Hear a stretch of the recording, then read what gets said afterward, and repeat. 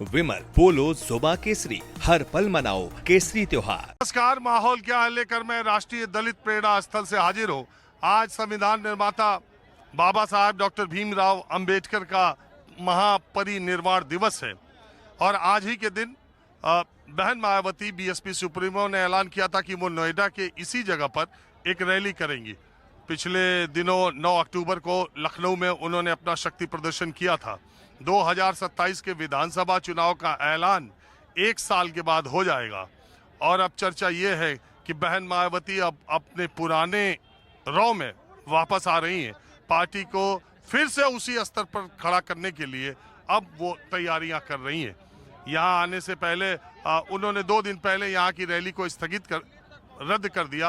उन्होंने कहा कि उनके लोगों को सुरक्षा कारणों की वजह से दिक्कत हो सकती है, इसलिए पश्चिमी उत्तर प्रदेश और आसपास के लोग नोएडा के राष्ट्रीय दलित प्रेरणा स्थल पर जाएं और मान्यवर बाबा साहब अंबेडकर को अपना श्रद्धा सुमन अर्पित करें और उधर के लोग लखनऊ जाकर अंबेडकर पार्क में बाबा साहब को याद करें।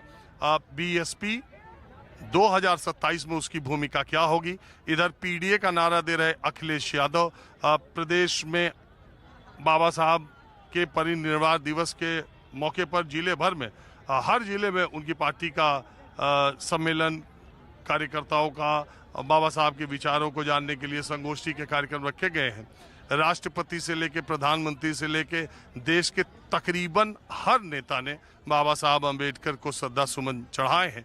मैं यहाँ राष्ट्रीय दलित प्रेरणा स्थल में इसलिए आया हूँ जानने के लिए कि मायावती के वोटर मायावती के बदले रूप को देखकर 2027 में उनकी भूमिका को लेकर क्या सोचते हैं और अभी के जो हालात देश की राजनीति के, उत्तर प्रदेश की राजनीति के हैं, उसमें मायावती की भूमिका अभी तक जो रही है उससे उनको निराशा है और भविष्य के लिए उनके आंखों में उम्मीदें हैं। यही सब जानने के लिए आज बड़ी संख्या में लोग यहाँ पर आए हैं। अगल बगल के जिलों से लेकर पूरे उत्तर प्रदेश के जगहों के जो लोग भी आसपास हैं वो सारे लोग इस मौके पर यहाँ आए हुए हैं। मैं बातचीत की शुरुआत आपसे ही करता हूँ। आपका नाम क्या है? मेरा नाम अशोक टकसालिया है, मैं मेरठ से हूँ।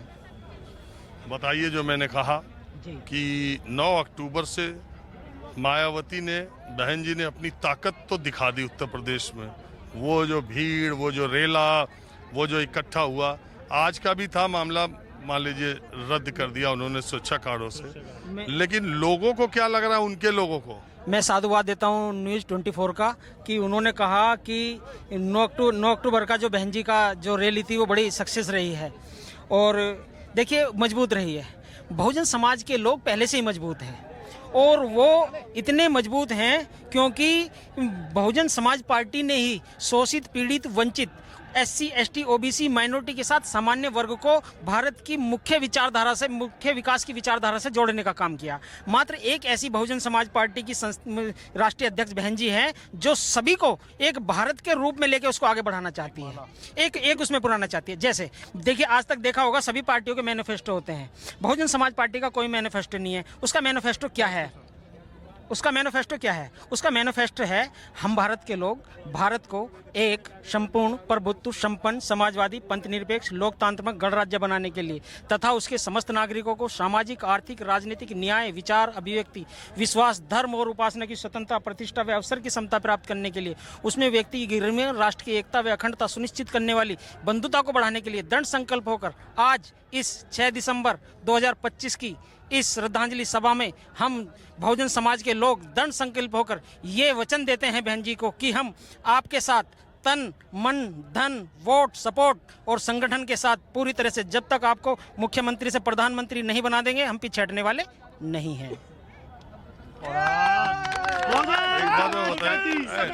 नारा मत कर, अरे यार नारा नहीं करो। मैं ये कह रहा हूँ 2014 के बाद बहन जी की पिछले 1 दशक में जो राजनीति में भूमिका रही है, उससे आप उदास और निराश होते हैं कि नहीं कभी? देखिए, हम बहुजन समाज पार्टी की इस विचारधारा से कभी नाराज नहीं हुए हैं, कभी हताश नहीं हुए हैं, क्योंकि बहुजन समाज पार्टी एक स्वाभिमानी और अभिव्यक्ति की आज़ादी वाली दल है और 2014 से लेके अब तक की जो भूमिका रही है, बहन जी ने 2014 के बाद जब ईवीएम की गड़बड़ी उनको लगी तो उन्होंने सबसे पहले सदन में ये बात कर रखने का काम किया। और वर्तमान जब से लेकर 2014 से लेकर आज तक की जो भी मनुवादी सरकारें हैं, उनका एजेंडा केवल और केवल बहुजन समाज पार्टी की वोट को ईवीएम के माध्यम से ट्रांसफर करने का है। क्योंकि पूरे भारत के अंदर अगर पूरे भारत के अंदर किसी का कोर वोटर है तो वो आदरणीय बहन जी का कोर वोटर है, आदरणीय बहुजन समाज पार्टी का कोर वोटर है। जिसको तोड़ने का मरोड़ने का काम जाति के नाम पे, धर्म के नाम पे, वोट के धर्म के नाम पे, पूंजीवाद के नाम पे और ईवीएम से तोड़ने का काम हमारे अंदर डिवाइड एंड रूल करके हमको बांटने का काम किया है। लोग समझते हैं कि ये बहन जी को पीछे कर रहे हैं, नहीं, बहन जी को कोई पीछे नहीं कर रहा। बहन जी ने कह दिया कि इस बार जो चुनाव है वो मतपत्र से होंगे। अगर मतपत्र से ये चुनाव हुए, तमाम विपक्ष बहन जी के साथ में आया और मतपत्र से होंगे, देख लेना आप मुख्यमंत्री भी बहन जी बनेंगी और प्रधानमंत्री भी आदरणीय बहन जी ही बनेंगी 2019 में। आप जो बीएसपी का वोट खिसका, आप उसमें कहीं मायावती जी का रोल देखते हैं, उनकी सक्रियता का, उनका जैसा होना चाहिए वैसा, या आप खाली ईवीएम की तरफ उसका ठीकरा फोड़ करके, और वो जो बहुत सारे लोग कहते हैं कि वो कंप्रोमाइज पीछे के चुनाव में उन्होंने किया है, उसको आप नहीं मानते? मैं इस पे बात करूंगा सर, एक बार इसमें देखिए सर, देखिए बहुजन समाज पार्टी का जो वोटर है वो वोटर नहीं है, कैडर है। और कैडर को तोड़ा नहीं जा सकता, कैडर को छोड़ा नहीं जा सकता, कैडर को पीछे नहीं किया जा सकता। उसके ऊपर षड्यंत्र किए जा सकते हैं। वो कौन से षड्यंत्र हैं? वो षड्यंत्र हैं जितने भी संसाधन के जो क्षेत्र, जो संसाधन के जो व्यवस्थाएं हैं, वो सब सरकार के अधीन है। और उस सरकार के अधीन ने सबने एक प्रोपोगेंडा चलाया गया है कि बहन जी पीछे चली गई, बहन जी हट गई, बहन जी की वोट परसेंटेज कम हो गया, बहन जी शांत होगी, बहन जी बी टीम होगी, बहन जी को केवल और केवल जुबान से कमजोर करने का काम किया है। लेकिन उन्हें यह नहीं पता है कि बाबा साहब अम्बेडकर का वो पौधा और बहुजन समाज पार्टी का ये वोटर इतना ही मजबूत है, जितना इसे दबाओगे इतना ये मजबूत होकर उभरेगा और बहन जी को मुख्यमंत्री से लेकर प्रधानमंत्री तक बनाएगा।